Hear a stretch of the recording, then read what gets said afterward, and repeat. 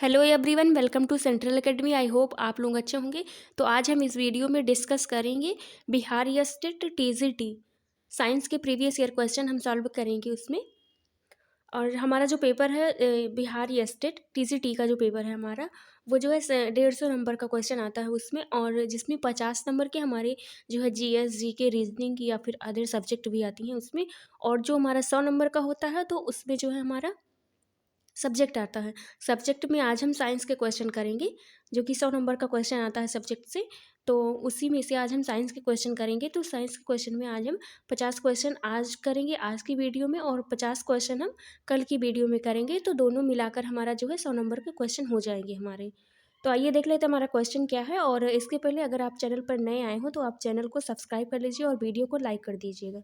तो आइए देख लेते हैं हमारा क्वेश्चन क्या है। तो हमारा फर्स्ट क्वेश्चन क्या है इस देख लेते हैं। तो हमारा फर्स्ट क्वेश्चन है कि जैव तकनीकी कृषि में सम्मिलित मुख्य तकनीकी है। क्या है? जैव तकनीकी कृषि में सम्मिलित मुख्य तकनीकी है। तो फर्स्ट ऑप्शन है ऊतक संवर्धन, और दूसरा ऑप्शन है रूपांतर, और तीसरा है पौध प्रजनन, और चौथा ऑप्शन है डीएनए प्रतिरूप। तो हमारा इसमें राइट ऑप्शन फर्स्ट ऑप्शन हो जाएगा, ऊतक संवर्धन, या फिर कह सकते हैं टिश्यू कल्चर, जिसमें जो है टिश्यू या फिर सेल का कल्चर किया जाता है, उसे हम टिश्यू कल्चर कहते हैं, जिससे जो है एक नए प्लांट का निर्माण किया जाता है।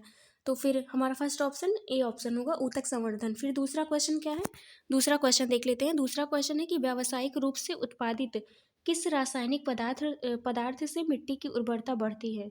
तो किससे बढ़ती है? तो फर्स्ट ऑप्शन है शाकनाशी या हर्बिसाइड्स, या फिर दूसरा ऑप्शन है कीटनाशी, और तीसरा ऑप्शन है कृमिनाशक, और चौथा ऑप्शन है उर्वरक या खाद। तो किससे मिट्टी की उर्वरा शक्ति बढ़ती है? तो खाद या फिर उर्वरक से बढ़ती है। तो डी ऑप्शन इसमें राइट ऑप्शन होगा। फिर आगे देखते हैं क्वेश्चन क्या है। थर्ड क्वेश्चन है कि ब्रायलर मुर्गियों का दैनिक भोजन प्रोटीन व वसा से युक्त होता है। पोल्ट्री खाद्य में निम्न में से किसका उच्च स्तर रखा जाता है?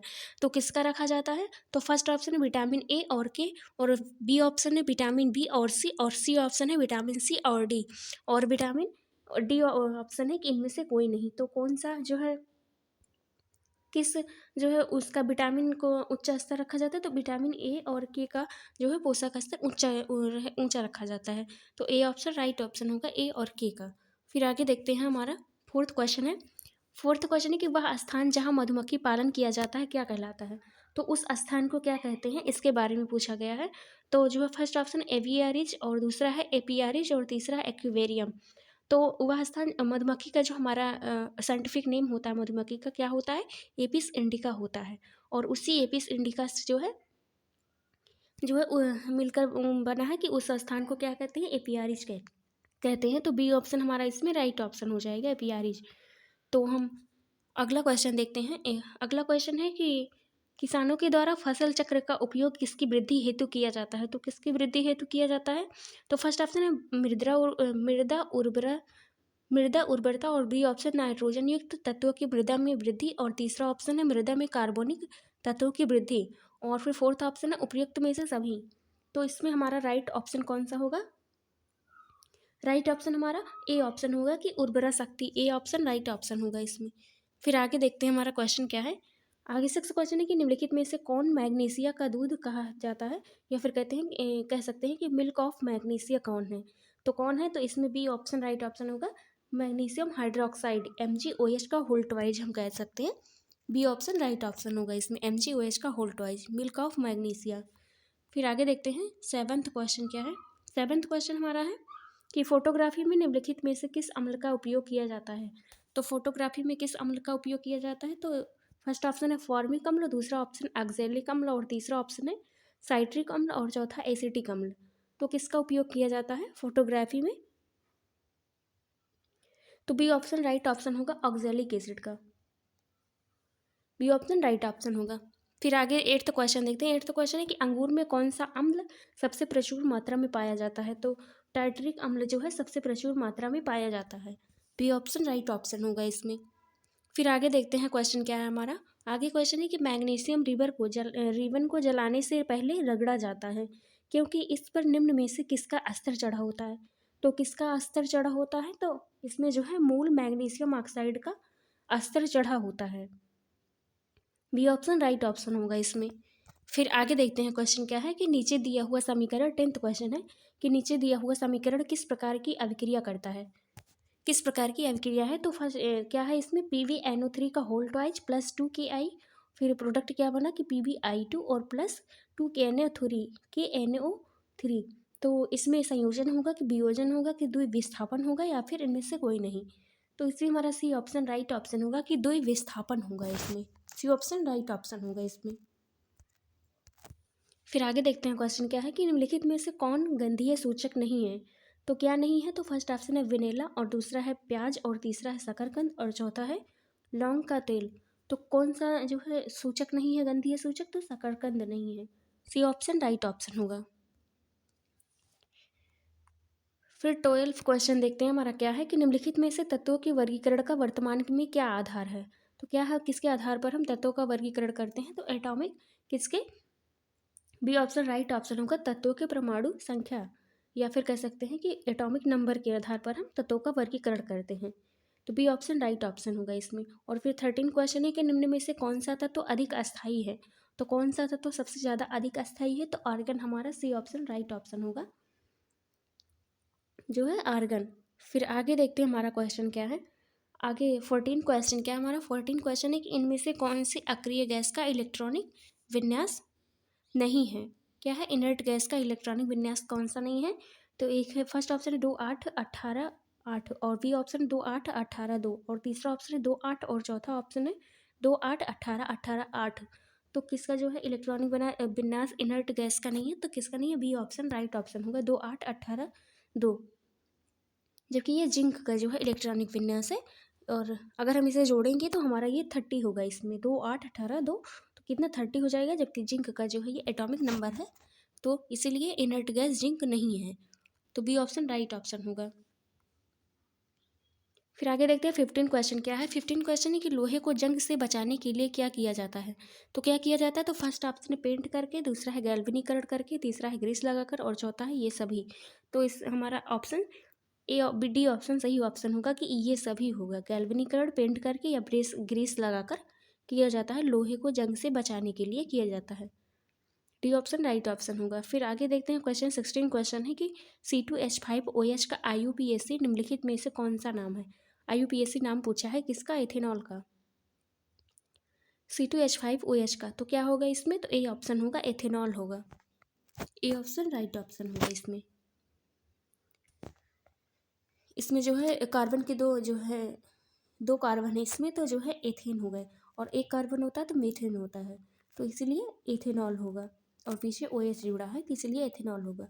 तो इसमें ए ऑप्शन राइट ऑप्शन है। फिर देखते हैं 17 क्वेश्चन क्या है। 17 क्वेश्चन है कि दिया हुआ हाइड्रोकार्बन है तो क्या है, तो देखते हैं क्या है हाइड्रोकार्बन क्या है। तो इसमें कितने कार्बन है, 1 2 3 4 5 कार्बन है, तो इसका मतलब है कि ये पेंटेन होगा। तो बी ऑप्शन इसमें राइट ऑप्शन होगा, क्या होगा, पेंटेन होगा, हाइड्रोकार्बन से पेंटेन होगा। फिर आगे देखते हैं क्वेश्चन क्या है 18 क्वेश्चन कि जब एथेनॉल सोडियम के साथ क्रिया करता है तो निम्नलिखित में से कौन सी गैस निकलती है। तो सोडियम क्या करें, एथेनॉल जब सोडियम के साथ क्रिया करता है तो कौन सी गैस निकलती है, तो कौन सी, हाइड्रोजन गैस निकलती है, बी ऑप्शन राइट ऑप्शन होगा इसमें। फिर आगे देखते हैं क्वेश्चन, ब्यूटेन जिसका अणुसूत्र CH क्या है C4 और H10 है कितने संयोजी बंध बनाता है, क्या है C4 और H10 है, कितने सहसंयोजी बंध बनाता है, तो किसमें बनाता है, फर्स्ट है 10 और फिर दूसरा 13, तीसरा है 9, फिर है 8। तो कितने बनाता है सहसंयोजी बंध, तो इसमें हमारा बी ऑप्शन होगा 13 बनाता है, कितना बनाता है 13 सहसंयोजी बंध बनाता है। फिर आगे देखते हैं क्वेश्चन क्या है। आगे 20 क्वेश्चन है कि निम्नलिखित में से कौन सा कथन वाष्पीकरण पर आर्द्रता की पड़ने वाला प्रभाव के संबंध में गलत है। तो क्या गलत है, तो फर्स्ट ऑप्शन है आर्द्रता बढ़ने पर वाष्पीकरण की दर घटती है, या फिर आर्द्रता जिसे हम नमी कहते हैं, नमी जो है कभी वाष्पीकरण की दर को बढ़ाती है कभी घटाती है, और तीसरा है आर्द्रता का प्रभाव वाष्पीकरण पर नहीं पड़ता है, और चौथा है आर्द्रता घटने से वाष्पीकरण की दर घटती है। तो इसमें राइट ऑप्शन बी ऑप्शन होगा कि आर्द्रता कभी घटती है, आर्द्रता कभी वाष्पीकरण की दर को बढ़ाती है और कभी घटाती है, तो इसमें बी ऑप्शन राइट ऑप्शन होगा। फिर आगे देखते हैं क्वेश्चन क्या है। 21 क्वेश्चन है कि निम्न में से कौन सी वस्तु ऊष्मा की अच्छी चालक है। तो अच्छी चालक कौन सी है? तो फर्स्ट है प्लास्टिक। प्लास्टिक तो नहीं है, अगर इसे हम गर्म करेंगे तो जो है दूसरे छोर तक नहीं, इसका जो है ऊष्मा दूसरे छोर तक नहीं जाती है। और थर्मोकोल है, ये भी नहीं होगा। लकड़ी का बुरादा, ये भी नहीं होगा। डी ऑप्शन राइट ऑप्शन होगा। शीशा, जिसके एक छोर पर गर्म करेंगे तो जो है इसकी ऊष्मा दूसरे छोर पर भी चली जाती है, तो इसलिए ये जो है अच्छा चालक है। 21 का डी ऑप्शन राइट ऑप्शन होगा।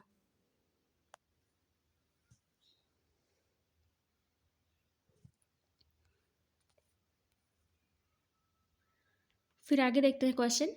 ऊष्मीय ऊर्जा होती है, तो ऊष्मीय ऊर्जा क्या होती है? तो जल के 1 केल्विन ताप के बराबर, या फिर 100 सेल्सियस के बराबर, या फिर पिंड के द्वारा अवशोषित वाष्पीकरण की गुप्त ऊष्मा के बराबर, या फिर तीसरा है इनमें फोर्थ है इनमें से कोई नहीं। तो किसके बराबर होता है? ऊष्मीय ऊर्जा किसके बराबर होती है? तो ये बी ऑप्शन राइट ऑप्शन होगा कि 100 सेल्सियस के बराबर होती है। फिर आगे देखते हैं क्वेश्चन 23। क्वेश्चन क्या है कि गैस के द्रव को परिणत किया जा सकता है। कैसे किया जाता सकता है? तो दाब बढ़ाकर या फिर दाब घटाकर, तो दोनों के द्वारा किया जा सकता है। गैस को जब हम द्रव में बदलते हैं तो दाब बढ़ा देते हैं, और ताप को घटाएंगे तो जो है गैस जो है द्रव में बदल जाएगा, जिसे हम कंडेंसेशन कहते हैं। फिर 24 क्वेश्चन है कि 0 डिग्री तापमान डॉट के बराबर होता है, तो किसके बराबर होता है? तो सी ऑप्शन सही होगा। इसमें 273 केल्विन के बराबर होता है।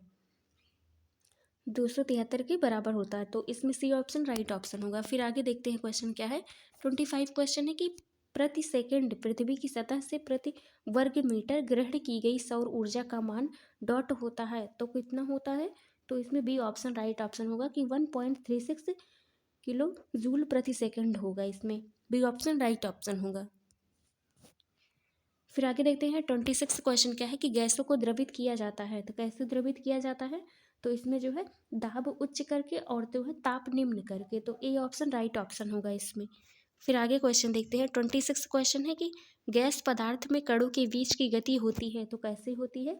तो यादृच्छिक होती है। गैस के पदार्थों में कणों के बीच की जो गति होती है, गति करते हैं, वो यादृच्छिक और अनियमित करते हैं, तो इसीलिए ए ऑप्शन राइट ऑप्शन होगा इसमें। फिर आगे देखते हैं 28 क्वेश्चन है कि दूध से मक्खन को अलग किया जाता है, तो कैसे अलग किया जाता है? तो वो प्रभाजी आसमन के द्वारा अलग किया क्या वो सॉरी उपकेंद्रण विधि के द्वारा अलग किया जाता है। सी ऑप्शन राइट ऑप्शन होगा इसमें। फिर आगे देखते हैं क्वेश्चन क्या है। आगे क्वेश्चन 29 क्वेश्चन है कि ट्रिटियम निम्नलिखित में से किसका समस्थानिक है, तो किसका समस्थानिक है? तो ये हाइड्रोजन का समस्थानिक है। बी ऑप्शन राइट ऑप्शन होगा इसमें। समस्थानिक ट्रिटियम का हाइड्रोजन होगा। फिर आगे देखते हैं 30 क्वेश्चन क्या है। किस विधि द्वारा समुद्री जल से नमक प्राप्त होता है, तो किसके द्वारा? वाष्पीकरण या फिर इवेपोरेशन के द्वारा जो है क्या नमक प्राप्त होता है। समुद्री नमक जो है वाष्पीकरण या इवेपोरेशन के द्वारा प्राप्त होता है। और फिर आगे देखते हैं 31 क्वेश्चन क्या है। 31 क्वेश्चन है, ये कोई एटॉमिक नंबर दिया हुआ है और क्या पूछा गया, इसमें न्यूट्रॉनों की संख्या पूछी गई है। तो ये 11 और 23, तो ये जो है एटॉमिक नंबर किसका 11 किसका एटॉमिक नंबर है? तो वो है Na, मतलब कि सोडियम का एटॉमिक नंबर 11 है, तो इसका एटॉमिक भार जो है वो 23 है। तो इसमें जो है न्यूट्रॉनों की संख्या पूछी गई है, तो हम जो है एटॉमिक मास से जो है जब हम एटॉमिक मास से एटॉमिक नंबर को जब हम घटा देंगे तो हमारी न्यूट्रॉनों की संख्या आ जाएगी। तो कितना होगा इसमें? 12 होगा। 23 में से जब 11 जाएगा तो कितना होगा? 12 होगा। तो डी ऑप्शन राइट ऑप्शन होगा इसमें। फिर आगे देखते हैं क्वेश्चन।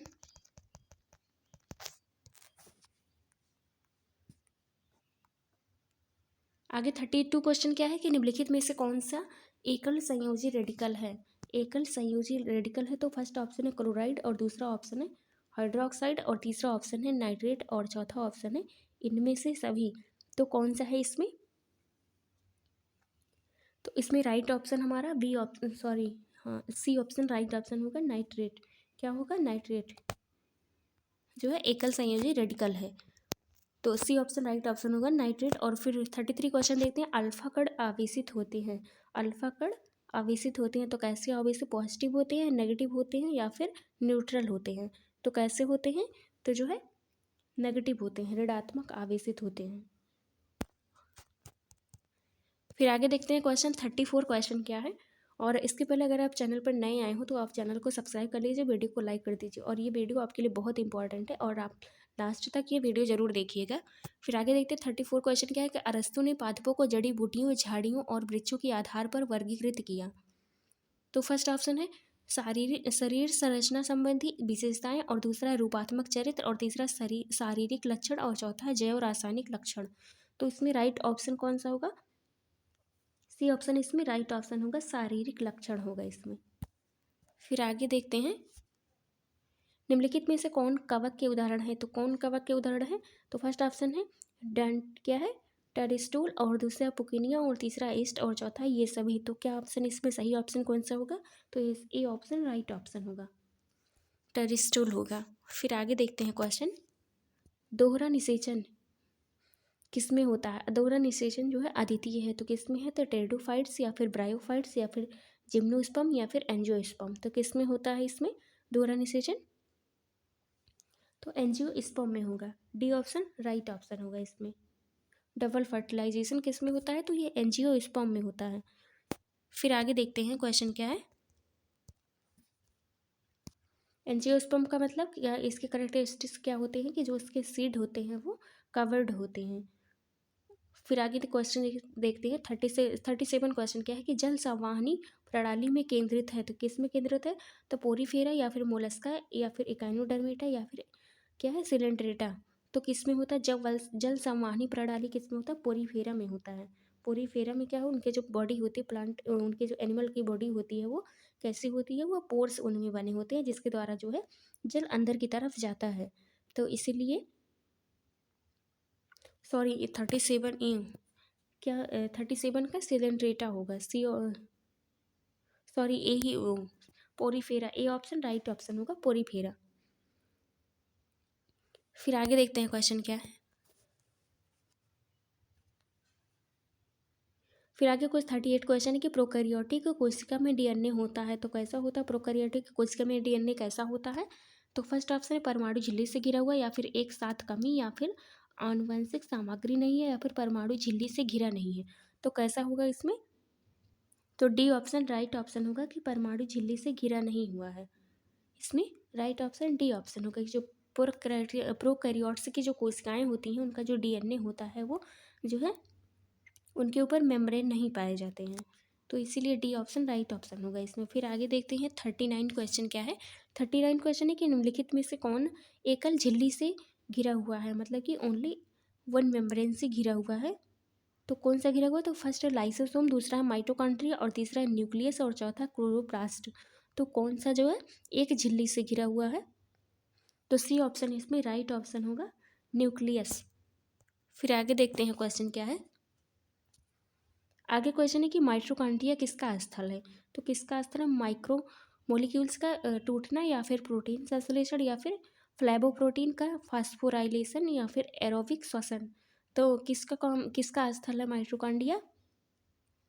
तो क्या है? एरोबिक श्वसन का जो है स्थल है जिसके द्वारा एनर्जी मिलती है। माइटोकॉन्ड्रिया जो है एरोबिक श्वसन का स्थल है, तो डी ऑप्शन राइट ऑप्शन होगा। और इसे जो है पावर हाउस भी कहते हैं माइटोकॉन्ड्रिया को, क्योंकि यहाँ से एनर्जी रिलीज होती है, एनर्जी मिलती है। तो 41 क्वेश्चन देखते हैं, राइबोसोम किसके लिए केंद्र स्थल है? राइबोसोम किसके लिए केंद्र स्थल है? राइबोसोम किसका निर्माण करता है कह सकते हैं। तो फर्स्ट ऑप्शन है श्वसन, या फिर जो है प्रोटीन संश्लेषण, या फिर प्रकाश संश्लेषण, या फिर लिपिड संश्लेषण। तो हम जानते हैं राइबोसोम किसका निर्माण करता है, तो किसका करता है? राइबोसोम जो है A B option right option होगा, प्रोटीन संश्लेषण। प्रोटीन संश्लेषण करता है क्या राइबोसोम? तो हमारा बी ऑप्शन राइट ऑप्शन होगा इसमें। फिर देखते हैं आगे क्वेश्चन क्या है कि एरेनकाइमा किसके द्वारा पौधों के लिए सहायक होता है। तो एरेनकाइमा किसके लिए पौधों के लिए सहायक होता है? तो देखते हैं आगे। तो फर्स्ट ऑप्शन हाइड्रोफाइट्स में उछाल प्रदान करना, या फिर जो है प्रकाश संश्लेषण को बढ़ावा देना, या फिर पौधों को यांत्रिक शक्ति देना, या फिर पौधों को लचीलापन देना। तो इसमें राइट ऑप्शन कौन सा होगा? तो वो बी ऑप्शन राइट ऑप्शन होगा, प्रकाश संश्लेषण को बढ़ावा देना एरेनकाइमा का काम होता है। फिर आगे देखते हैं निम्न में से कौन अफ्रीकन स्लीपिंग सिकनेस का रोग कारक जीव है। क्या है? स्लीपिंग सिकनेस का कारक क्या है? जीव कौन सा है? तो फर्स्ट है अमीबा, दूसरा प्लाज्मोडियम, तीसरा है ट्रिपैनोसोमा, और चौथा है पैरामीशियम। तो इसमें राइट ऑप्शन कौन सा होगा? ट्रिपैनोसोमा, जिसके काटने से जो है क्या है, जिसके काटने से स्लीपिंग सिकनेस होती है, तो इसीलिए ट्रिपैनोसोमा इसमें राइट ऑप्शन होगा, सी ऑप्शन। फिर आगे देखते हैं क्वेश्चन क्या है कि क्या है वेरिसेला वायरस से होता है, तो क्या होता है, चिकन पॉक्स होता है या फिर डेंगू या फिर मलेरिया या फिर रेबीज। तो कौन सा इसमें राइट ऑप्शन होगा, सी ऑप्शन राइट ऑप्शन होगा, मलेरिया होता है वेरिसेला वायरस से। और 45 क्वेश्चन है कि कार्बन डाइऑक्साइड और ऑक्सीजन वर्ण मध्ययोतक जिसे हम मेसोफिक कहते हैं कोशिका में कैसे अंदर और बाहर जाता है, तो कैसे जाता है, तो या फिर फर्स्ट ऑप्शन है सक्रिय परिवहन द्वारा या फिर विसरण द्वारा या फिर श्वसन या फिर वाष्पोत्सर्जन के द्वारा। तो किसके द्वारा जाता है, तो इसमें हमारा राइट ऑप्शन कौन सा होगा, डी ऑप्शन हमारा राइट ऑप्शन होगा, वाष्पोत्सर्जन के द्वारा या फिर ट्रांसपायरेशन जिसको कह सकते हैं के द्वारा। फिर आगे देखते हैं क्वेश्चन क्या 46 क्वेश्चन है कि सजीवों में पाए जाने वाले जैव प्रक्रम हैं, क्या है, श्वसन है या फिर पोषण या जनन या फिर इनमें से सभी।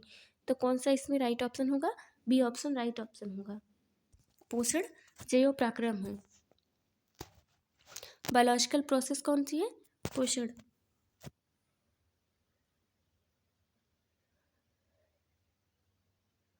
फोर्टी सिक्स कौन सा ऑप्शन सही होगा, बी ऑप्शन राइट ऑप्शन होगा। फिर आगे देखते हैं क्वेश्चन 47 क्वेश्चन क्या है, 47 क्वेश्चन है कि पत्तियों में फ्लोएम कहाँ रहता है, पत्तियों में फ्लोएम कहाँ रहता है, तो निचले और ऊपरी एपिडर्मिस के बीच में या फिर संवहनी बंडल के पृष्ठीय तरफ या फिर पत्तियों के निचले एपिडर्मिस की तरफ या फिर जाइलम के चारों तरफ। तो फ्लोएम पत्तियों में कहाँ पाया जाता है, तो सी ऑप्शन इसमें राइट ऑप्शन होगा कि पत्तियों के निचले एपिडर्मिस की तरफ पाया जाता है, मतलब निचले भाग में पाया जाता है पत्तियों के फ्लोएम। और फ्लोएम का काम क्या होता है, जो है फूड का जो है फूड को पहुंचाना प्लांट की बॉडी में चारों तरफ को है फूड को पहुंचाना उनका काम होता है फ्लोएम का। और जो जाइलम का काम होता है वाटर का संवहन करना या फिर जो है वाटर को पहुंचाना। फिर आगे देखते हैं क्वेश्चन, जो विदरित कचरे को किस प्रक्रिया द्वारा खाद में परिवर्तित किया जा सकता है, तो किस प्रक्रिया द्वारा खाद में परिवर्तित किया जा सकता है, तो फर्स्ट ऑप्शन है खाद बनाकर, रिसाइकलिंग करके या फिर पुनः प्रयोग करके या फिर बर्बाद करके। तो इसमें राइट ऑप्शन कौन सा होगा, किसके द्वारा प्रयोग कर सकते हैं, तो ये खाद बनाकर कर सकते हैं। फिर आगे देखते हैं क्वेश्चन क्या है कि ओजोन परत में ह्रास निम्नलिखित में से किसके कारण होता है, तो किसके कारण होता है, या जो है इसमें कौन सा ऑप्शन राइट ऑप्शन होगा,